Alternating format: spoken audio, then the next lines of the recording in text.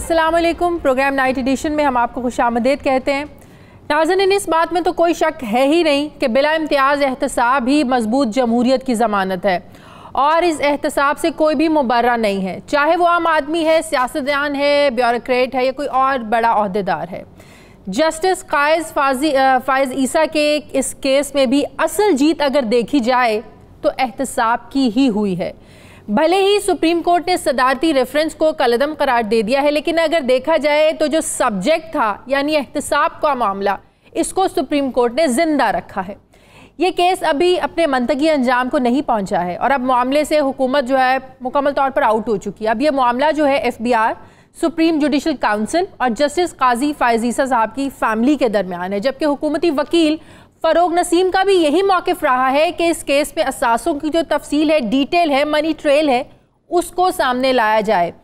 मतलब ये है कि सुप्रीम कोर्ट ने हुकूमती मौक़िफ़ को ही माना है।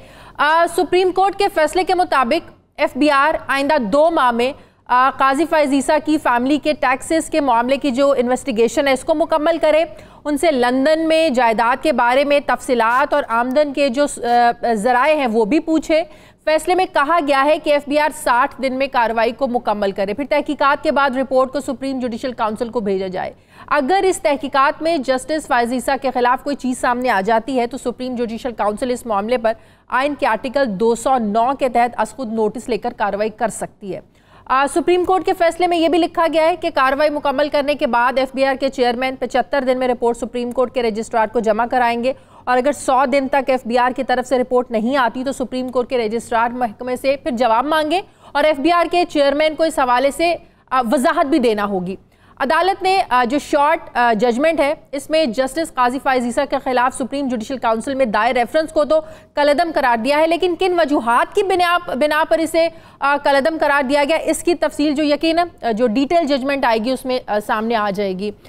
मुख्तलिफ बार काउंसिल्स की जानिब से पहले तो बड़ी खुशियाँ मनाई गई, लेकिन फैसले के कानूनी निकात को समझने के बाद अब पाकिस्तान बार काउंसिल ने इस फैसले पर नज़रसानी दरख्वास्त दायर करने का फैसला कर लिया है। Vice chairman Pakistan bar council Abid साकी ने कहा है कि हुकूमती दबाव में FBR से शफाफ तहकीकात की हमें उम्मीद नहीं है। अब खबरें ये भी आ रही हैं कि जस्टिस काजी फ़ाइज़ ईसा के वकला ने भी नज़रसानी दरख्वास्त पर मुशावरत शुरू कर दी है।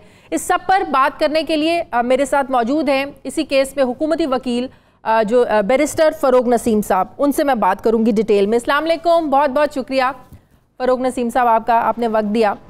फ़रोग नसीम साहब, इस फैसले की डिटेल में हम वो उस पर भी बात करेंगे, कौन जीता कौन हारा, इसके पस मंज़र क्या सारी कहानी है, ये भी मैं आपसे पूछूंगी। लेकिन उससे पहले अगर मैं ये कहूँ कि ये एक तारीख़ी केस था, यकीनन आपके करियर का भी बड़ा इंपॉर्टेंट, बड़ा अहम केस होगा। इससे पहले आपने आर्मी चीफ की मुद्दत मुलाजमत केस के हवाले से वो भी आपने हुकूमती नुमाइंदगी की सुप्रीम कोर्ट में हुकूमती वकील की हैसियत से। एक कॉलीग की हैसियत से अगर मैं आपसे पूछूं, जिनके सामने आप पेश होते रहे, जिनके साथ काम करते रहे, उनके ओपोनेंट ये केस लड़ना कैसा एक्सपीरियंस था आपका, कितना टफ था आपके लिए ये? बहुत टफ था, क्योंकि इशू ये था कि आई थिंक मैं ये कह सकता हूँ, सबको पता है कि बेंच भी हॉस्टाइल थी, सारे वकील एक तरफ खड़े हुए थे, मीडिया भी हॉस्टाइल थी और फिर जो हमारी पॉलिटिकल पार्टीज़ हैं PTI MQM, उसके अंदर बाज़ चीदा अनासिर जो थे वो भी मुखालिफ थे। तो ये तो एक बड़ी ही मुश्किल आप समझिए तनहा, क्योंकि मुझे ये कन्विक्शन था अल्लाह की तरफ से, ये बिल्कुल एक पुख्ता यकीन था कि देखिए अगर किसी भी कोई भी शख्स हो, X हो, Y हो, Z हो, चाहे वो सुप्रीम कोर्ट का जज हो या पॉलिटिशियन हो, तो एहतसाब तो ज़रूरी है। और एहतसाब का ये मतलब नहीं है कि कोई आदमी गिल्टी है, एहतसाब का सिर्फ ये मतलब है कि हिसाब दें, वेल्थ रिकन्सिलिएशन दें, मनी ट्रेल दें, सोर्सेज बताएं, और ये इसी पर ही सारा केस जो है आज तक कायम है। आप समझते हैं ये हार जीत का केस था फ़रोग नसीम साहब? जिस तरीके से पहले मिठाइयाँ बांटी गई, उसके बाद जब डिटेल जजमेंट को पढ़ा गया, जो शॉर्ट जजमेंट आई, फिर कहा गया नहीं फैसला तो हम तो इस पर नज़रसानी की दरख्वास्त दायर करेंगे। लेकिन अगर फिर जो मैंने फैसला पढ़ा, जो देखा, जो समझा, उसमें यही पता चला कि जो एक सब्जेक्ट था, जो आप लोगों का मैटर था एहतसाब का, मनी ट्रेल का, उसको तो सुप्रीम कोर्ट ने सब्जेक्ट को तो जिंदा रखा है। मतलब ये हुआ, फिर हार जीत का मामला बीच में कहाँ से आ गया? फिर मिठाइयाँ खाने वाले बाद में क्यों कहने लगे कि भाई नहीं खानी चाहिए थी, गलत हो गया? देखिए, जब ये ऑर्डर अनाउंस हुआ, मैं उस वक्त अदालत में बैठा था, तो मैं तो ये समझ गया था कि 7-3 हुकूमत तो ये केस जीत गई है।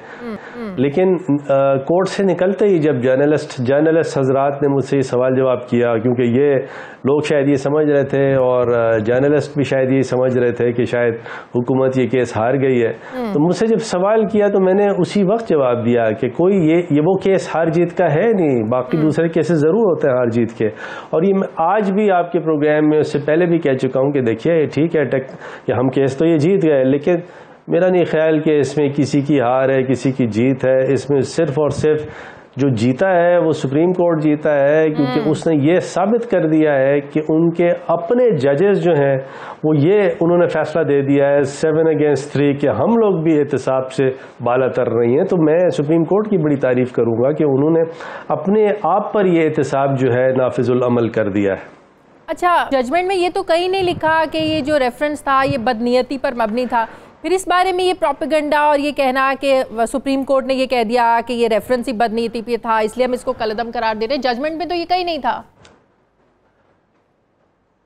मेरे ख्याल में 2-3 बातें इससे अखज़ की जा सकती हैं। एक तो ये है कि बाज़ लोग जो जिस तरह उन्होंने सामने चीज़ रखी, और मैं किसी एक शख्स को नहीं कह रहा, चाहे वकला थे या जर्नलिस्ट थे, मीडिया थी, या तो वो समझ नहीं सके जजमेंट में एक्चुअली लिखा क्या है, और बाज़ वो शायद ऐसे लोग ज़रूर होंगे जिनकी एक ख्वाहिश थी कि ये बदनीयती पे ये रेफरेंस जो है इस पर कोई ऑब्जर्वेशन आए, तो वो उनकी ख्वाहिश जो थी वो बिल्कुल उसको आगे तक ले गए। और मुझे नहीं पता, देखिए मैं आपको सच बताऊं, मुझे ये नहीं पता कि लॉन्ग ऑर्डर में क्या होगा। लॉन्ग ऑर्डर में लेकिन जो इसका बुनियादी प्रिंसिपल है वो ये है कि जो लॉन्ग ऑर्डर है वो शॉर्ट ऑर्डर के फाइंडिंग्स के बियॉन्ड नहीं जाता। लेकिन बहरहाल सुप्रीम कोर्ट ऑफ पाकिस्तान हमारी अपनी सुप्रीम कोर्ट ऑफ पाकिस्तान है और वो अपनी दानिस्त में जो सही फैसला करे, हम बिल्कुल ताबे हैं सुप्रीम कोर्ट के, पहले भी ताबे थे, अभी भी ताबे हैं और आगे भी ताबे होंगे। अच्छा, आपसे ये पूछूं कि आपकी दानिस्त में पिछले 3-4 दिन में आपने क्या ऑब्जर्व किया कि सुप्रीम कोर्ट ने इस रेफरेंस को कलअदम करार क्यों दिया? हालांकि मकसद तो वही था जो उन्होंने कह दिया कि मनी ट्रेल आनी चाहिए, एफपीआर को मामला चलेगा, उस पर भी मैं बात करती हूँ, लेकिन आपकी क्या समझ है, आपकी क्या राय है, क्या वजूहात हो सकती हैं कि सुप्रीम कोर्ट ने रेफरेंस को कलअदम करार दे दिया? मकसद तो अभी भी वही चल रहा है जो आप लोगों का था।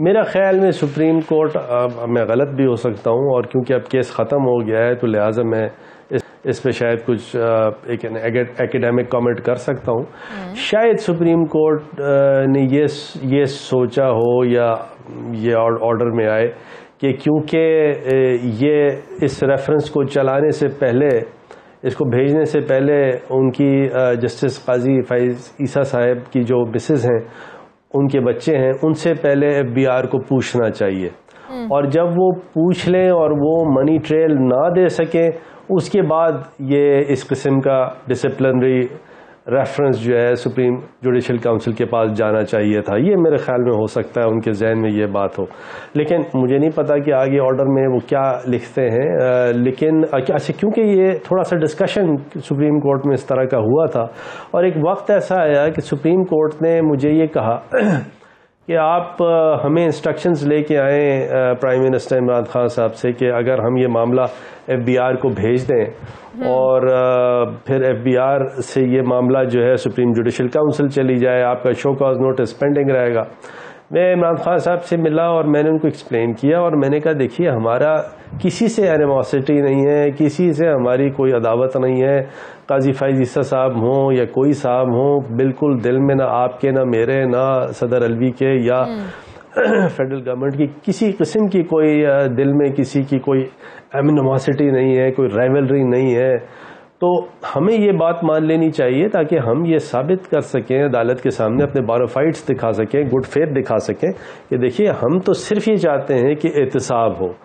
एहतसाब करके ये अगर क्लियर हो जाते हैं हमसे ज़्यादा खुश कोई नहीं होगा, क्योंकि हमारा मकसद इनको निकलवाना नहीं है। हमारा मकसद जो है वो इनको ये नहीं है कि वो ज़बरदस्ती किसी भी हालत में ऐसी कोई चीज़ हो जाए कि ये जजशिप से सुबुकदोश हो जाए। नहीं, हमारा सिर्फ और सिर्फ मकसद है वो ये है कि देखिए, चाहे अगर पॉलिटिशियंस हैं जिनकी अगर बीवी बच्चों के नाम एसेट्स निकले, एक्सप्लेन ना कर सके जो होल्डर ऑफ पब्लिक ऑफिस है, तो उसको यही सुप्रीम कोर्ट जो है या हाई कोर्ट है वो उसको अपने ओहदे से सुबुकदोश कर देती है।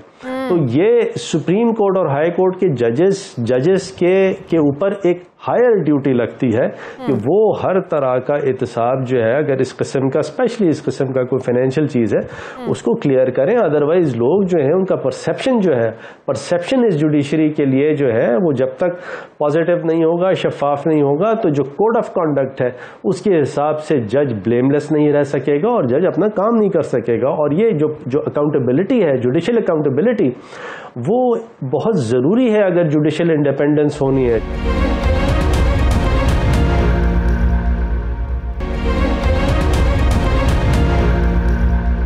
एक और इसी से जुड़ा अगर मैं सवाल ये आपसे ये करूं कि अगर कोई शख्स, चाहे वो सियासतदान है, ब्यूरोक्रेट है, जज है, लेकिन अगर उसके बीवी बच्चे उस पर डिपेंडेंट नहीं हैं, जिस तरह इनकी अहलिया, जज साहब की भी अहलिया ने कहा कि मेरे वालिद साहब ने मुझे दी है और मैं खुद से अर्न करती थी, तो क्या उसके बावजूद भी एहतसाब का वो काबिल एहतसाब होता है? वो शख्स, ब्यूरोक्रेट, जज, कोई भी हो, उसके बावजूद भी जवाब देना पड़ता है?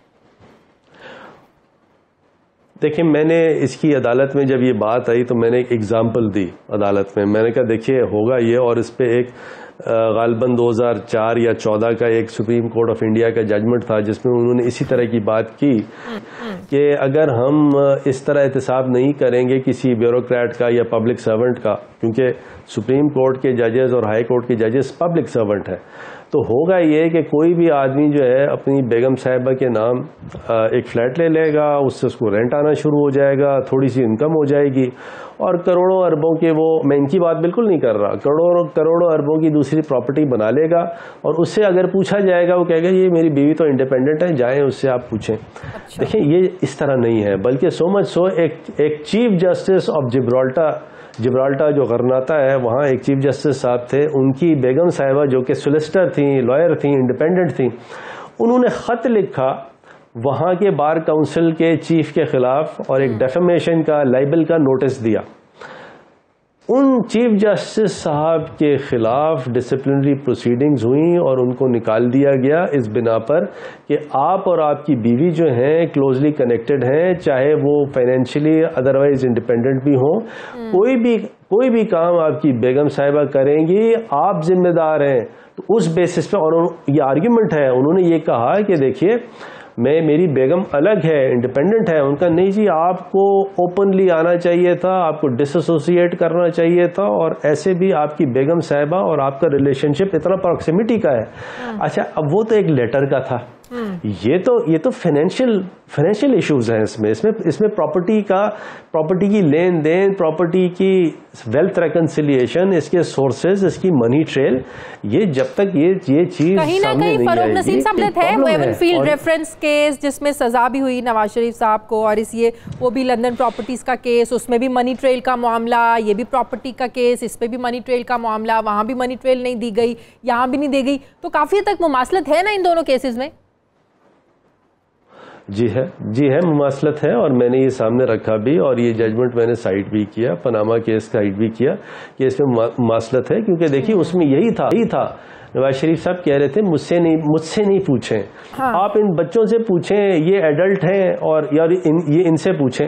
हाँ। अच्छा, जब वो 93-94 में एवनफील्ड की प्रॉपर्टियां जो हैं जब अक्वायर हुई थी, ये बच्चे तो इनके पास ये इनकम नहीं थी। हाँ। अच्छा, या तो ये बच्चे ये दिखा दें कि जी हमारे पास, अच्छा क्योंकि मॉर्गेज प्रॉपर्टी नहीं है, या तो लोन पे हो, मॉर्गेज पे हो, बल्कि ये बच्चे जो हैं उस वक्त, ही मेरे बच्चे हैं, मेरी बहन है ये, लेकिन मसला सारा ये है कि उस वक्त जब ये प्रॉपर्टीज एक्वायर हुई 2004 में, 2011 में, 2013 में, तो इनके पास ऐसा कोई सोर्स ऑफ इनकम नहीं थी, ना बेगम साहिबा के पास थी, ना बच्चों के पास थी।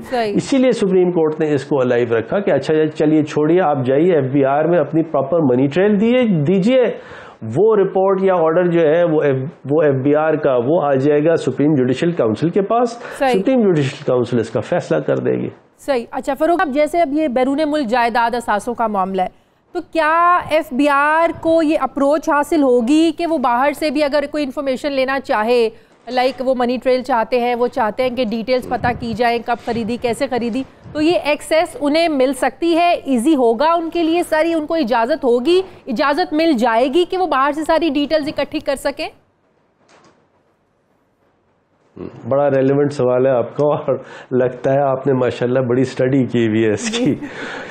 देखिए मैं आपको बताऊं कि 1988 से पहले, 1988 ये साल याद रखिएगा, 1988 से पहले इंग्लैंड में, UK में जितनी प्रॉपर्टीज़ थी वो सीक्रेट इन्फॉर्मेशन थी। हाँ। लेकिन 1988 के बाद उनका जो स्टैट्यूट आया, जो नया लॉ आया, तो वो इसको पब्लिक डोमेन में ले गए।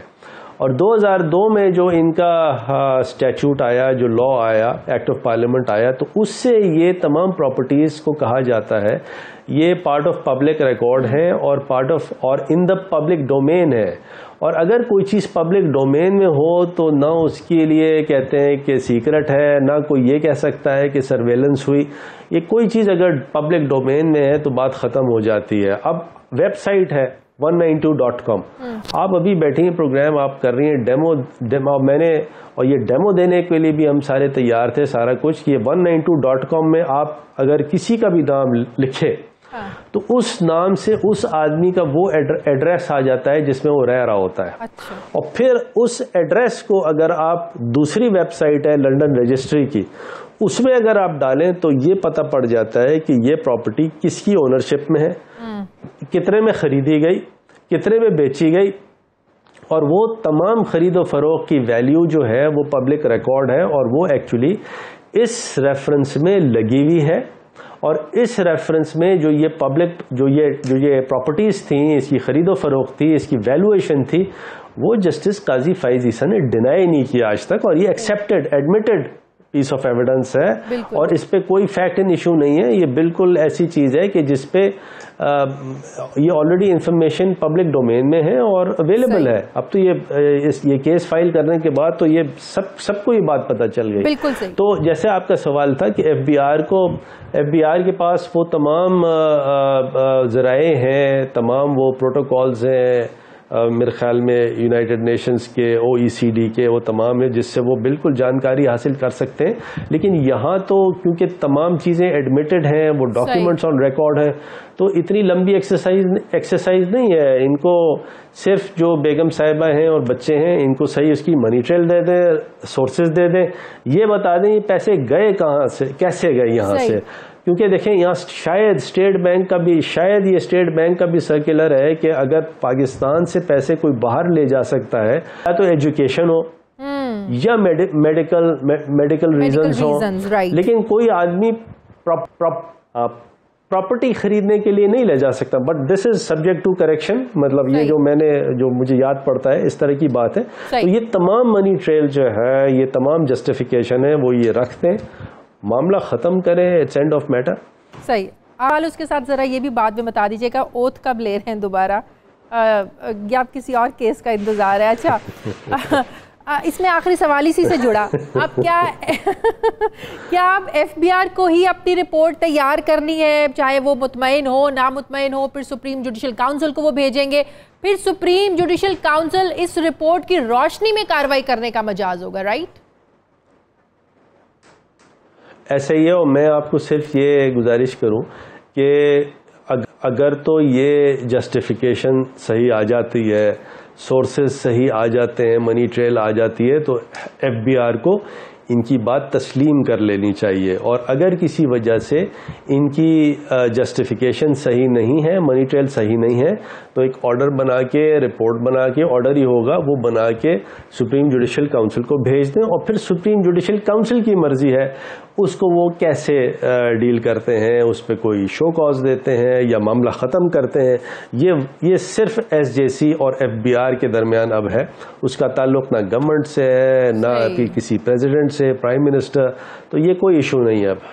मतलब कि इसमें हार जीत नहीं है, लेकिन आप लोगों के मौकिफ की जरूर जीत हुई है और वो आप लोगों का मौकिफ रहा है अकाउंटेबिलिटी का। जी ठीक है। अच्छा मुझे बस ये बता दें कब ले रहे हैं दोबारा ओथ, कब ले रहे हैं? मुझे खुद नहीं पता। अच्छा। आई मीन 2 मिनट्स, पता नहीं। लेकिन बड़ी इंपॉर्टेंट वजारत है, जल्दी से ओहदा फिल होना चाहिए। बहुत बहुत शुक्रिया। बैरिस्टर फरूक नसीम साहब मेरे साथ थे। नाज़रीन मुझे प्रोग्राम में एक ब्रेक लेनी है, वापस आते हैं थोड़े से वक्फे के बाद।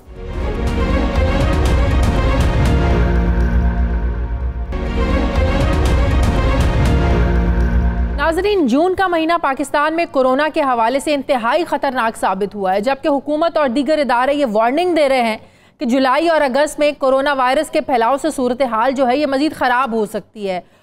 इस जारी महीने में जून के 21 रोज़ में मुल्क के अंदर 1,08,000 से ज़ायद कोरोना के केसेस सामने आए हैं, जबकि 2,000 के करीब अमवात हो चुकी हैं, जो कि इंतहाई एक अलार्मिंग ज़ाहिर सिचुएशन है। जबकि मजमूई मुतासरीन की तादाद 1,82,552 हो गई है और 3,600 से ज़ायद अफराद जान की बाजी हार चुके हैं। इस वायरस की रोकथाम के लिए हुकूमत अब स्मार्ट लॉकडाउन की हिकमत अमली पर काम कर रही है, जिसके तहत वायरस के जो हॉटस्पॉट वाले इलाके हैं जहाँ केसेस की तादाद ज़्यादा है उन इलाकों को ही सील किया जा रहा है, जिसके असरात भी सामने आना शुरू हो गए हैं। हुकूमत पंजाब के सरकारी आदादो शुमार के मुताबिक सरकारी और निजी अस्पतालों में कोरोना वायरस के मरीजों की मजमूई तादाद 11 जून को 1,031 रिकॉर्ड की गई और 20 जून तक ये तादाद 861 हो गई है। और इसीलिए पंजाब हुकूमत ने कोरोना केसेस फैलने के सबब स्मार्ट लॉकडाउन सख्त करके मजीद 8 इलाकों को बंद करने का फैसला किया, जिनमें Gulberg, DHA, Gulshan Ravi, Faisal town, garden town और अंदरूनी शहर के कुछ इलाके शामिल हैं। लेकिन स्मार्ट लॉकडाउन के असरात के हवाले से कराची में अगर सूरत हाल को देखें तो वो ज़रा मुख्तलिफ है। कराची में स्मार्ट लॉकडाउन के बाद 6 में से 4 अजला में केसेस में इजाफा देखने में आया है, जबकि 2 अजला में कमी वाक़ हुई है। सवाल यह है कि ये जो फ़र्क सामने आया है इसकी वजह क्या है, जबकि तिब्बी माहिरीन ये खदशा जाहिर कर रहे हैं कि पाकिस्तान ने अगर कोरोना को रोकने के लिए मौसर हिकमत अमली इख्तियार ना की तो जुलाई और अगस्त में मुतासरीन की तादाद 35 लाख तक पहुंच सकती है।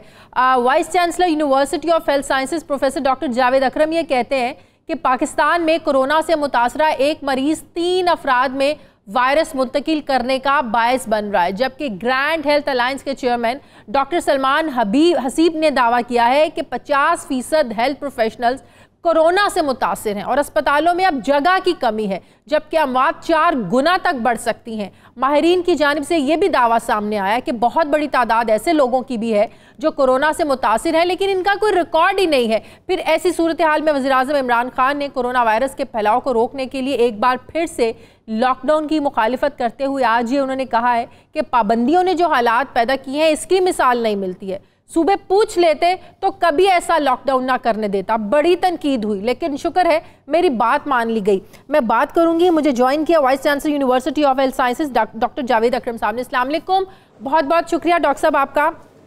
डॉक्टर साहब जैसे कि मैंने अपने इंट्रो में भी कहा कि एक बार फिर से प्राइम मिनिस्टर ने कहा है कि अगला महीना बहुत मुश्किल है। हमने एक तरफ आवाम को गुर्बत से बचाना है, दूसरी तरफ कोरोना से बचाना है। हमारी कोशिश है कि कारोबार भी चले और SOPs पर अमल भी हो। इस सारी सूरत हाल को मद्देनज़र रखते हुए अगर मैं आपसे पूछूं कि बतौर डॉक्टर जो आप एक सिचुएशन को एनालाइज कर रहे हैं, इसमें कारोबार और SOPs को साथ साथ लेकर चलना, दोनों चीज़ें चल के आप समझते हैं कोरोना कंट्रोल हो सकता है? कारोबार भी करना है, बाहर भी निकलना है और फिर हम चाहते हैं कि केसेस भी कंट्रोल हो जाएं। Thank you Sadia. देखें डेफिनेटली ये पॉसिबिलिटी तो है। It all depends. देखें कोई भी हुकूमत हो वो अकेले ये जंग नहीं जीत सकती। हमेशा आवाम को ये ओनरशिप किसी हद तक लेनी पड़ेगी और चाहे लॉकडाउन करें या नहीं करें, आवाम में ये शऊर जब आ जाएगा, और मैं आपने और आपके तमाम साथियों ने और आपके चैनल ने मेरा ख्याल है इतना व्यूअरशिप कभी भी नहीं डॉक्टर्स को और इस डिज़ीज़ को दी जितनी अभी दी है। लेकिन अनफॉर्चुनेटली हमने वो रिस्पांस आवाम के लेवल पे बिल्कुल नहीं देखी कि उन्होंने हमेशा आपको पता ही है कि इंश्योर किया, चाहे वो ताजर तंजीमें थीं, चाहे वो ट्रांसपोर्टर तंजीमें थीं, लेकिन ऑन ग्राउंड रियलिटी ये है कि इस वक्त भी मेरा ख्याल है ये जो एक हथियार है हमारे पास मास्क नामी, ये भी अभी 50% कंप्लाइंट हैं मोस्टली। और जो निचली सतह के लोग हैं, जो सब्ज़ी मंडी में, मछली मंडी में गोश्त फरोख्त करने वाले, जो भेड़ बकरियां चराने वाले, वो बिल्कुल नहीं यूज़ कर रहे, बिकॉज मेरा ख्याल है उनको शायद तो टीवी उनको रीच नहीं कर रहा, या वो समझ नहीं रहे, क्योंकि वो ये वायरस देख नहीं रहे। वो समझते हैं कि ये शायद कोई ऐसे स्कैम है, या कोई फंड लेने का चक्कर है, या कोई पॉलिटिकल पार्टीज कोई पॉइंट स्कोरिंग कर रही है, या मीडिया ने हाइप क्रिएट की हुई है। तो इनफैक्ट अनलेस कि किसी के घर से जनाजा नहीं उठता, वो यकीन ही नहीं करता अभी तक। तो ये एक बड़ी अनफॉर्चुनेट चीज़ है। और इतनी वल्नरेबल पॉपुलेशन, उसकी एजुकेशन लेवल भी ऐसा है, और अंडरस्टैंडिंग लेवल तो बिल्कुल ही नहीं है। हमारी क्लिनिक्स पे रश कम होता है, कोई जादू टूने करने वाले की उधर चारपाइयों की चारपाइयाँ लगी होती हैं, तो बहुत सुपरस्टिशन है। और उस पे सोने पे सुहागा ये होता है कि कोई ना कोई पॉलिटिकल पार्टीज में ऐसी पॉइंट स्कोरिंग शुरू होती है, चाहे वो असेंबली हो, चाहे वो मीडिया हो, कि वो बिल्कुल ही सोने पे सुहागा हो जाता है। और वो असेंबली का जो सेशन हुआ, यही सिचुएशन रही, इसी रेशो से केसेस बढ़ते रहे, और लोग जो हमेशा से डॉक्टर्स भी कह रहे हैं कि लोग गैर संजीदगी का मुजाहरा करते रहे, तो जुलाई का महीना जो बहुत कह रहे हैं कि अलार्मिंग हो सकता है, प्राइम मिनिस्टर भी बार बार कह रहे हैं, तो ये नंबर्स कहाँ तक जा सकते हैं? देखिए, अभी आपने जब इंट्रो में कहा, तो आर फैक्टर एक चीज़ होती है जो प्रिडिक्टेबिलिटी फैक्टर है, और वो इंटरनेशनली वो यूज़ होता है। वो लंदन में तकरीबन 2 के करीब था, 2.5 के करीब था, और इस वक्त वो उन्होंने 1 की सतह से नीचे रखा हुआ है। और यही एक सक्सेस फैक्टर है कि जो आप देखते हैं कि रिप्रोडक्शन देखते हैं कि फैक्टर कितना है। तो अनफॉर्चुनेटली पाकिस्तान में इस वक्त भी हम 2.5 और 3 के दरमियान फिर रहे हैं। लाहौर में डेफिनेटली, जैसे आपने बिल्कुल सही कहा, कि कुछ हॉस्पिटलाइजेशन, नंबर ऑफ हॉस्पिटलाइजेशन ज़रूर कम हुई हैं, लेकिन उसकी एक बड़ी वजह यह है कि जो माइल्ड टू मॉडरेट डिजीज़ हैं, उन्होंने अब अपने घर पे अपने आप को खुद ही इलाज वहीं पे कर रहे हैं, किसी मालिज के ज़रिए, टेलीफोन पे। मैं कई सैकड़ों मरीज़ों का इलाज कर रहा हूँ घर पे। उन्होंने ऑक्सीमीटर भी घर पे ले लिया, ऑक्सीजन सिलेंडर भी घर पे ले लिया। तो एक ये भी फैक्टर है रिडक्शन इन हॉस्पिटलाइजेशन। लेकिन मैं यहाँ पे एक और क्वेश्चन करना चाह रहा हूँ कि देखिए, मेरे ख्याल में कि ये अब एपिडेमिक से पैंडेमिक हुई, पैंडेमिक से अब ये एक नया ग्रेड हो चुका है कि ये एंडेमिक हो गई है डिजीज। एंडेमिक का मतलब ये है कि ये गाहे बगाहे आपकी और मेरी जिंदगी में ये आती रहेगी। अच्छा। और मुख्तलिफ तरीकों से आती रहेगी। आप चाइना को देख लें कि चाइना में अब सेकंड पीक शुरू हुई, चाहे वो फ्रूट मार्केट से शुरू हुई, वॉन्चाई से, जो कि वर्ल्ड की एक बहुत बड़ी फ्रूट मार्केट है बीजिंग में, और वहाँ इस वक्त 250-300 केसेज एकदम हुए। तो ये मैं अर्ज कर रहा हूँ कि ये अब एक किस्म ये भी हमें सोचना है कि ये नियो नॉर्मल जो है वो क्या होगा और किस तरह होगा। नॉर्मल में तो आपकी जिंदगी नॉर्मल जो है ना वो हो सकती है, अदरवाइज आपको इसी के अकॉर्डिंगली जो है ना वो जीना पड़ेगा। एक और क्वेश्चन डॉक्टर साहब मेरा आपसे वो ये कि देखें मैं ये वैक्सीन पे सिर्फ आपको बता दूं कि देखें, वैक्सीन से हमें बहुत ज्यादा होपफुल नहीं होना चाहिए।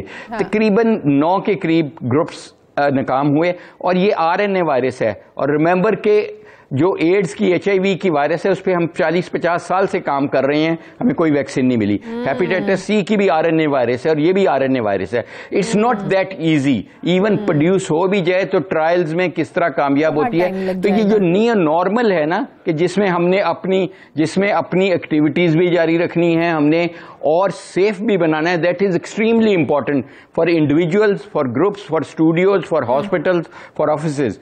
क्योंकि जाहिर है हमने इम्तिहान भी लेने हैं, हमने सारों हमें डॉक्टर भी चाहिए होंगे, हमने रोक तो नहीं देना। लाइफ को इसी के अकॉर्डिंगली लेके चलना है। आपको लास्ट क्वेश्चन डॉक्टर साहब मेरा वो ये कि अब जो फेडरल गवर्नमेंट ने जो डेक्सामेथासोन ऐसी मेडिसिन बनाने की जो मंजूरी दी है, लेकिन दूसरी तरफ खबरें ये भी हैं कि ऐसी मेडिसिन मार्केट से ही गायब होना शुरू हो गई हैं जो चीप भी थी, हर कोई ले भी सकता था। तो क्या फिर हुकूमत के पास अभी इतना स्टॉक है कि इमरजेंसी सिचुएशन को हैंडल किया जा सके? देखें शादिया, ये बहुत ही अनफॉर्चुनेट चीज़ है कि ज़हीरा अंदोज़ी और जो सेहतमंद लोग हैं वो भी चीज़ें रख लेते हैं अपने पास लेके कि जी मैं बीमार हुआ तो हमारा अल्लाह पे यकीन नहीं है शायद।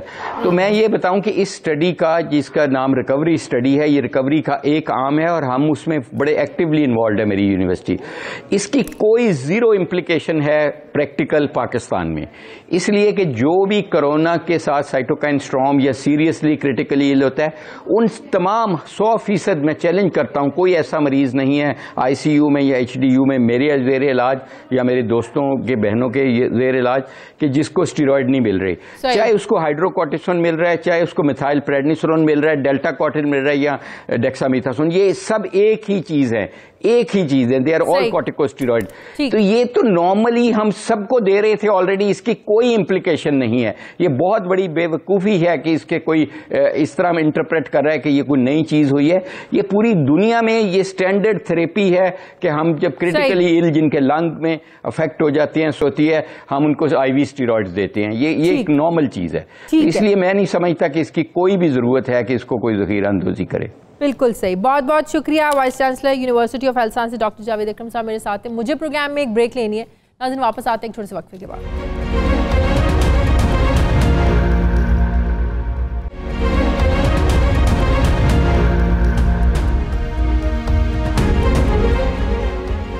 नाज़रीन, 5 साल के तवील ट्रायल के बाद गुज़श्ता हफ्ते डॉक्टर इमरान फारूक के कत्ल का फैसला सामने आने के बाद इसके आफ्टर शॉक्स जारी हैं। MQM भारत की खुफिया एजेंसी रॉ से फंड्स हासिल करती थी। इस तरह की क़यासराइयाँ तो पहले भी कई बार सामने आ चुकी हैं, बातें हो चुकी हैं, लेकिन अब बानी मुत्तहदा के करीबी साथी मोहम्मद अनवर ने बानी मुत्तहदा की करतूतों का कट्टा छट्टा मजीद खोल दिया।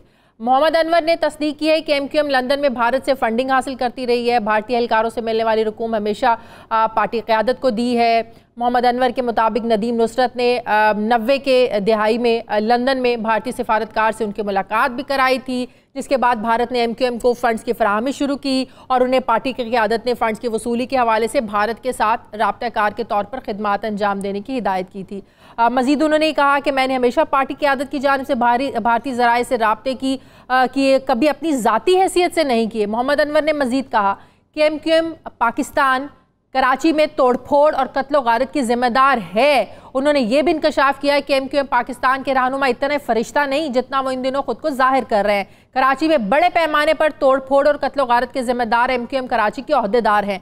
डॉक्टर इमरान फारूक के कत्ल में अपने किसी भी तरह मुलविस होने की तरदीद करते हुए उन्होंने कहा कि साबिक गवर्नर सिंध डॉक्टर इशरतुल इबाद को भी डॉक्टर इमरान फारूक से मुतालिक तफ्तीश में शामिल किया जाए। जबकि मोहम्मद अनवर ने भी ये पेशकश की है कि अगर ज़रूरत पड़ी तो वो हकाइक बताने के लिए बरतानवी और पाकिस्तानी हुकाम से ताउन करेंगे। मोहम्मद अनवर ने यह भी दावा किया कि MQM कभी भी पाकिस्तान के खिलाफ नहीं रही है। सवाल यह है कि बानी मुत्तहदा के करीबी साथी मोहम्मद अनवर को ये तमाम बातें अब करने की ज़रूरत क्यों पेश आई, वो इतने अरसे से क्यों खामोश थे। दूसरी तरफ कराची के साबिक मेयर और चेयरमैन पाक सरजमीन पार्टी मुस्तफ़ा कमाल ने फैसले पर 3 दिन के बाद अपना रद्द-ए-अमल दिया और कहा कि फैसले पर अब तक इसलिए खामोश था क्योंकि मैं ये देखना चाहता था कि नाम नेहाद मुहाजिरों के नुमाइंदे अपनी गलती का एतराफ़ करेंगे या नहीं, मगर उन्होंने एतराफ़ नहीं किया। मुस्तफ़ा कमाल ने यह भी कहा था कि मेरे सामने बानी मुत्तहदा ने कहा कि भारत उसे पैसे देता है, जबकि MQM पाकिस्तान बहाली कमेटी के सरबराह डॉक्टर फारूक सत्तार, हमने देखा कि जब इमरान फारूक कत्ल केस का फैसला आया उन्होंने फैसले के फ़ौरन बाद अपना रद्द-ए-अमल दिया और कहा कि ये फैसला मुनासिब है। उन्होंने फैसले को मुनासिब करार दिया। इसी पर मैं उनसे बात करूंगी। मुझे ज्वाइन किया है डॉक्टर फारूक सत्तार, सरबराह MQM पाकिस्तान बहाली तहरीक। अस्सलाम वालेकुम, बहुत बहुत शुक्रिया डॉक्टर साहब आपने वक्त दिया। डॉक्टर साहब, जब इमरान फारूक वालेकुम अस्सलाम, आपका भी शुक्रिया जी। जब इमरान फारूक कत्ल केस का फैसला आया आपने ये कहा कि ये मुनासिब फैसला है, आपने इस पर जल्दी अपना रिएक्शन दिया, लेकिन अब इस फैसले के बाद जो MQM लंदन के लोगों की जानिब से जो इंकशाफात आ रहे हैं, मोहम्मद अनवर की जानिब से जो इंकशाफात सामने आए कि कैसे भारत MQM को फंडिंग करता रहा, क्या कुछ जो है ना वो कराची में भी होता रहा, ये मौका क्यों चुना? इस मौके पर इन इंकशाफात का क्या मकसद हो सकता है डॉक्टर साहब? ये तो एम अनवर ही बताएंगे कि इतने सालों से अगर कोई बात थी और वो जो कह रहे हैं वो सच है और हकीकत है और वो इसमें पूरी तरह से शामिल रहे हैं इस तरह के राब्तों में और ये पैसे भी आते रहे हैं और ये लंदन में सारी चीज़ें होती रही हैं, तो मैं समझता हूँ कि उसकी ये टाइमिंग जो कि डॉक्टर इमरान फारूक के कत्ल के केस के फैसले जहां उनके भी वारंट जारी हुए, उससे क्या इसका कोई ताल्लुक है या नहीं है, ये तो एम अनवर ही बता सकते हैं कि इसका क्या पस मंजर है। मैं आपसे ये पूछना चाहती हूँ, अब ये सारी बातें लंदन एमक्यूएम पाकिस्तान एक थी, मीडिया में ऐसी बातें आने से पहले भारतीय खुफिया एजेंसी रॉ से पैसे लेने की बातें जिस तरीके से मंजर आम पर आई, इससे पहले क्या पार्टी में कभी इस तरह की डिबेट नहीं हुई थी? आप लोगों के कभी इल्म में नहीं रहा कि पार्टी को फंडिंग आ कहां से रही है? कभी आप लोगों को नहीं पता चला? कभी ज़ेरे बहस नहीं आए मामला? देखिए, मैं स्टूडेंट लाइफ से APMSO में 1 साल बाद ही शामिल हो गया और आज तक मैं उस नज़रिए, सोच, फिक्र और उसकी रूह के साथ हूँ जो एक middle class urban educated politics कहते हैं। अब उसमें इतने सालों में कहीं पर झूठ या सच, कोई तशद्दुद का कोई इस तरह का वाक़या या केस मुझसे मंसूब नहीं है जिसे बहुत हाई प्रोफाइल तरह का कोई आप केस कहें। दूसरा, करप्शन का अल्लाह के फजलो करम से कोई स्कैंडल भी या कोई इल्ज़ाम भी या कोई मुकदमा भी अल्हम्दुलिल्लाह मेरे खिलाफ नहीं है। तो मैं सिर्फ ये कहूँगा कि मैं हियर से पे नहीं जाता, सुनी सुनाई पे नहीं जाता, जब तक कि मुझे हॉर्सेस माउथ से, कभी अल्ताफ़ हुसैन साहब ने खुद, जैसा कि मुस्तफ़ा कमाल कहते हैं कि उन्होंने खुद कहा कि भारत से पैसे आते, ये मुस्तफ़ा कमाल का कहना है। इसी तरह एम अनवर कहते हैं कि हाँ, मुझे नदीम नुसरत ने मिलाया सिफारतकार से और पैसे मैं लेके आता था और पैसे मैं कायद को या बानी या जो MKM के उस वक्त सरबराह थे उनके हाथ में देता था। लेकिन मेरे इल्म में इस तरह की कोई बात नहीं थी, ना मोहम्मद अनवर ने कभी बताई, ना मुस्तफ़ा कमाल ने अलग होने से पहले कभी मेरे इल्म में। वो तो जब 3 मार्च को आए तो उन्होंने ये इंकिशाफ किया। तो मैं बहुत बड़ा जिम्मेदार सियासी कारकुन, नजरियाती सियासी कारकुन हूं। मैं इन सारे प्रोपेगेंडे में क्या सच है क्या झूठ है उसके पीछे इस अमल को नहीं खराब करना चाहता। इसमें मेरी कम्युनिटी का, महाजरों का, मजलूमों का, मिडिल क्लास का, गरीबों का कोई कसूर नहीं है। अगर इवन MKM के फाउंडर भी इस तरह की चीजों में इन्वॉल्व रहे तो देखें, ये मेरा करेज है कि 23 अगस्त को, मैं तो 22 अगस्त को अलग कर रहा था, जब पहली मरतबा ठोस मुल्क के खिलाफ नारे लगे, मेरे कानों ने सुने, मेरी आंखों ने वो सारा मंजर देखा, तो मैंने उसी वक्त फैसला किया कि अब ये शकूक व शुबे की बात नहीं है, ये तो मुकम्मल यकीन, मेरे कानों ने सारी बातें सुनी है, तो मुझे अब पार्टी को अलग करना है। मैंने MKM के बानी को, अल्ताफ हुसैन को, मैंने मुस्तफ़ा अजीज़ाबादी को, कासिम को, एम अनवर को, तारिक मीर को, इन सबको पार्टी से निकाला।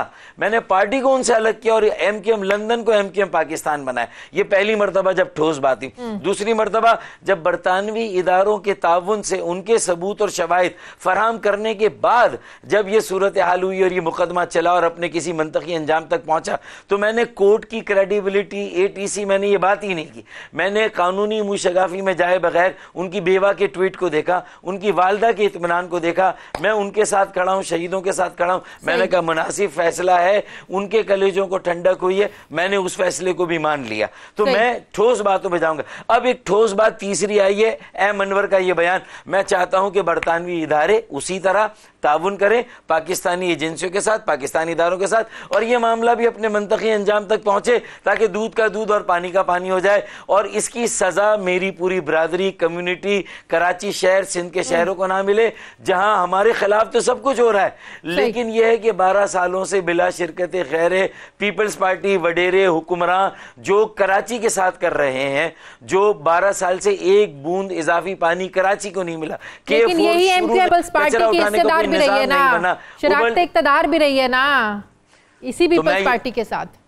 तो मैं यही तो कह रहा हूं, उस सियासी गलतियों को तो मैं तस्लीम करते हुए वे फॉरवर्ड आगे की बात कर रहा हूं। अब हमें भी इस बहस से निकालकर हमें भी लोगों की खिदमत का मौका दें। अगर आप समझते कि हम भी उस सारी लेगेसी का हिस्सा थे तो ये मौका तो दें कि हम अपने नए बच्चों को, नौजवानों को, यूथ को उनके हाथों में ये क़यादत दे के जाएं। बहुत बहुत शुक्रिया। सरबराह MKM पाकिस्तान बहाली तहरीक डॉक्टर फारूक सत्तार साहब मेरे साथ थे। नाज़रीन, हमारे प्रोग्राम का वक्त खत्म हो गया है। प्रोग्राम के लिए आप हमें फीडबैक ज़रूर दीजिएगा।